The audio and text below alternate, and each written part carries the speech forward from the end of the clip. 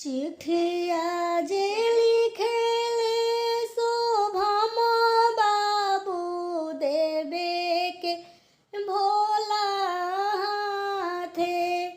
हमरा घरे शिवजी जागी होलने होत रौराई हमरा घरवा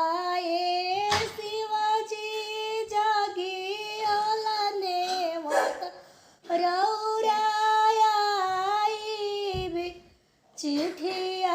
जे लिखेले प्रियंशु बाबू देवे के भोला हाथे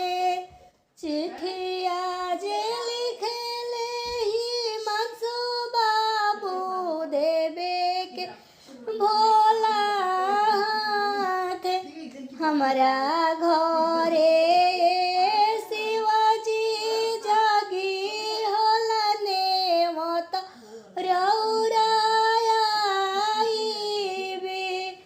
शिवाजी जे उठेले चिहाई के हंसेले ठाठाई के शिवाजी जे उठेले चिहाई के हंसेले